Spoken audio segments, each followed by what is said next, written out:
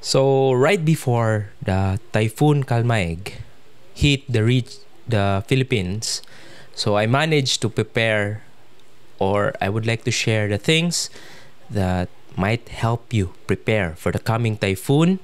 And Uwan PH is already coming, so hopefully this video will help you in your disaster preparedness or typhoon for the coming typhoon.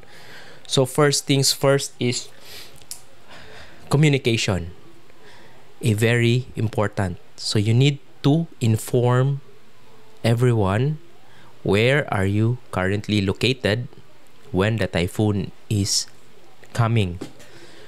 So communication. So pagdating sa communication, cellphone.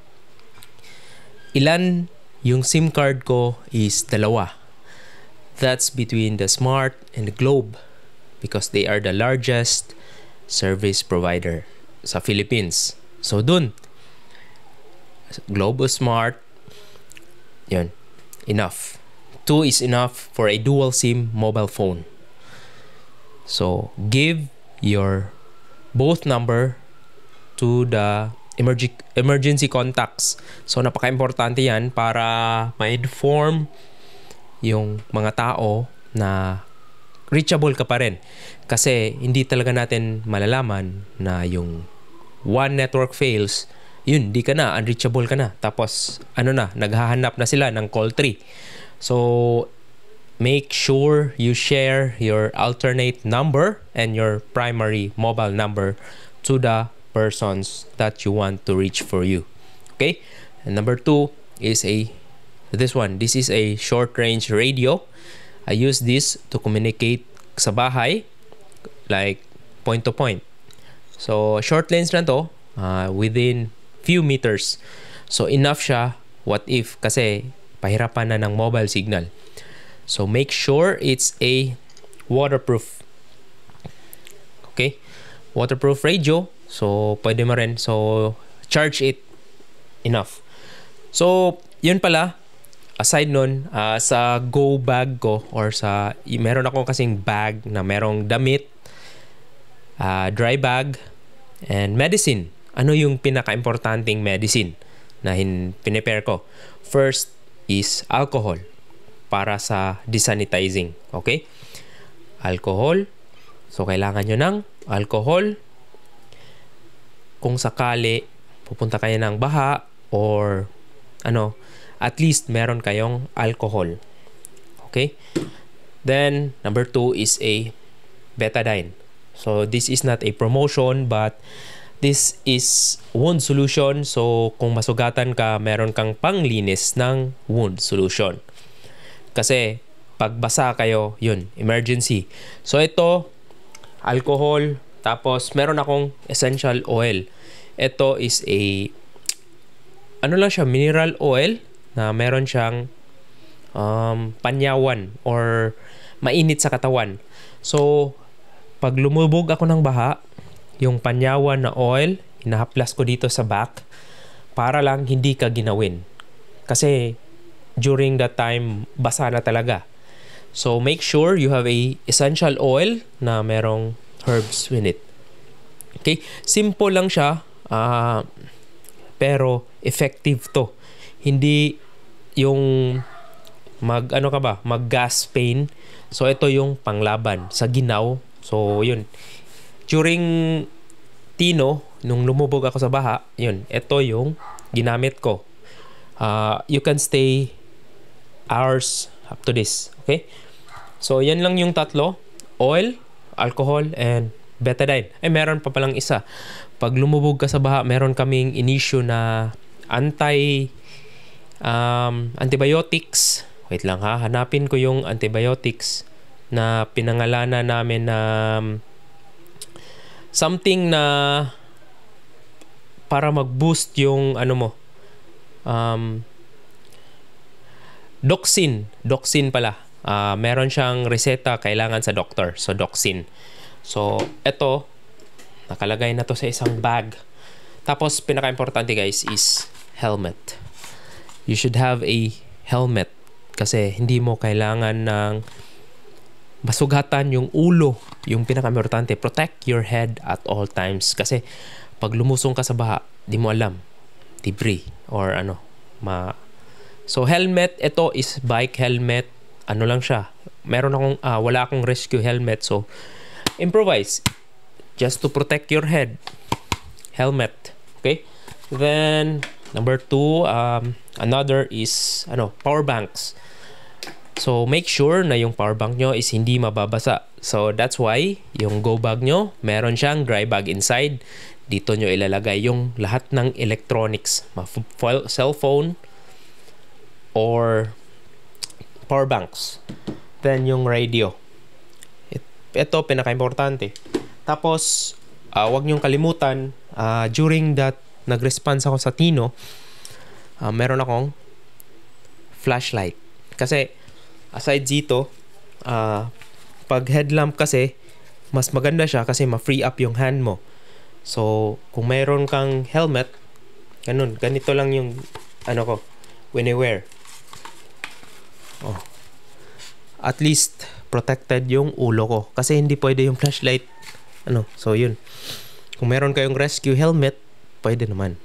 Pero ito, pinaka-importante, essentials to kasi hindi talaga natin alam kung anong mangyayari during mag-flash flood or tataas yung tubig.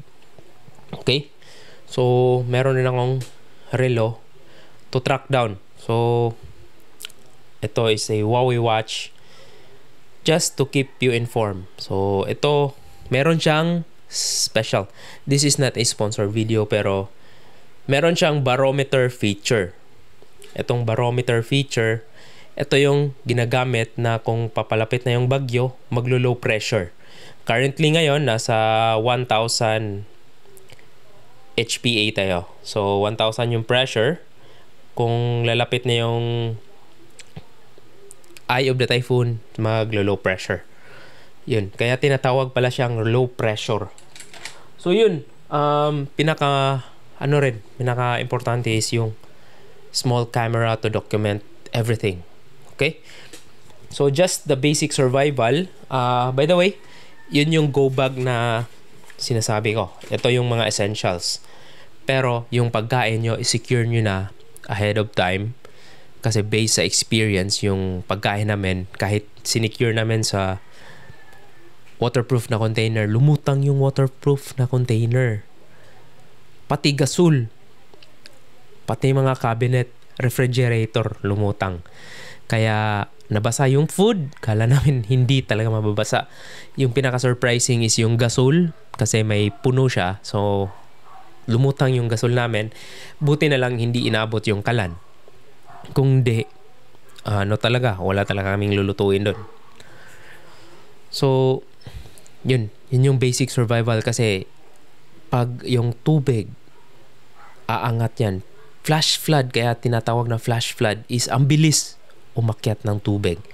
Like, yung sa Tino, knee level pa lang. Tapos bigla siyang nag-waist level. Tapos biglang ganito. Grabe yung experience namin.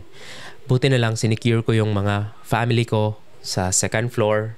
Then, yun, ako na lang yung lumusong sa baha para mag-secure ng other gamit. So, secure a cloth kasi damit. Kasi kung bahaan, medyo maginaw yan or yung bagyo. Kaya make sure na you have enough clothes. Yun. Tapos itong oil, essential oil, talaga napaka-helpful niya.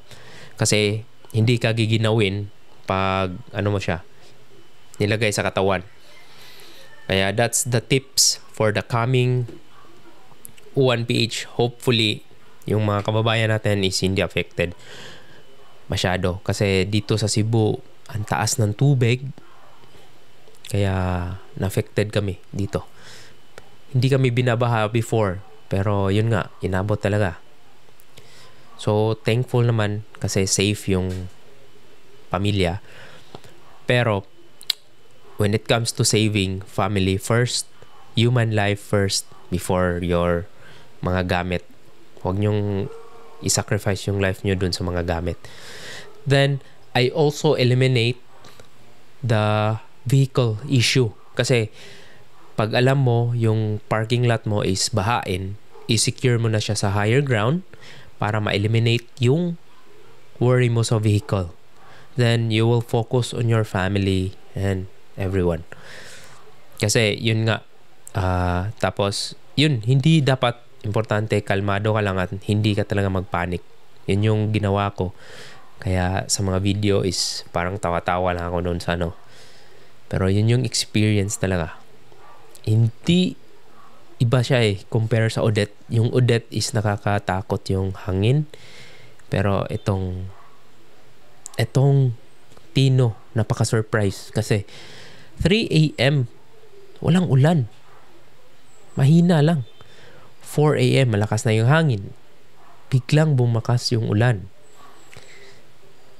At 5 a.m. dun, mataas na yung tubig. Pumasok na sa loob ng bahay. Split by second, na-atras namin yung sasakyan na isa. Na-save namin. Then, yun. Dapat na secure na yun hours ahead. Yun yung learning. Then, wag talaga kayong kumpiyansa guys. Kasi, napaka-traidor ng flash flood. Then, yun pala. Mga extra tips is dapat meron kayong life jacket. Life jacket na hindi kayo lulusong sa baha. Ito is for emergency. Wag na wag kayong lalangoy sa baha na or maaanod sa baha. Kaya hindi ko nire-recommend yan. Then aside yan, kung mahilig ka sa photography or mga gears, meron akong mga waterproof na case na ginagamit. Dito secure yung camera, everything electronics para at least hindi ka rin ma-worry. Then tie it up, secure it, chain something somewhere para at least i-chain mo lang sa bahay, sa loob ng bahay para hindi ano din. Kasi ito malulutang to. So 100% lulutang yung mga case na ganito. Kaya safe yung gear mo as long as hindi mo siya ma-open sa baha. Okay? Kasi ito airtight sealed. So yeah, hindi siya sponsor video pero at least meron kayong natutunan sa video na to. So yun lang yung things na kailangan yung i-prepare for the coming typhoon. Hopefully ma-minimize lang or liliko siya. Okay? Kasi napakataas ng projection ng tubig.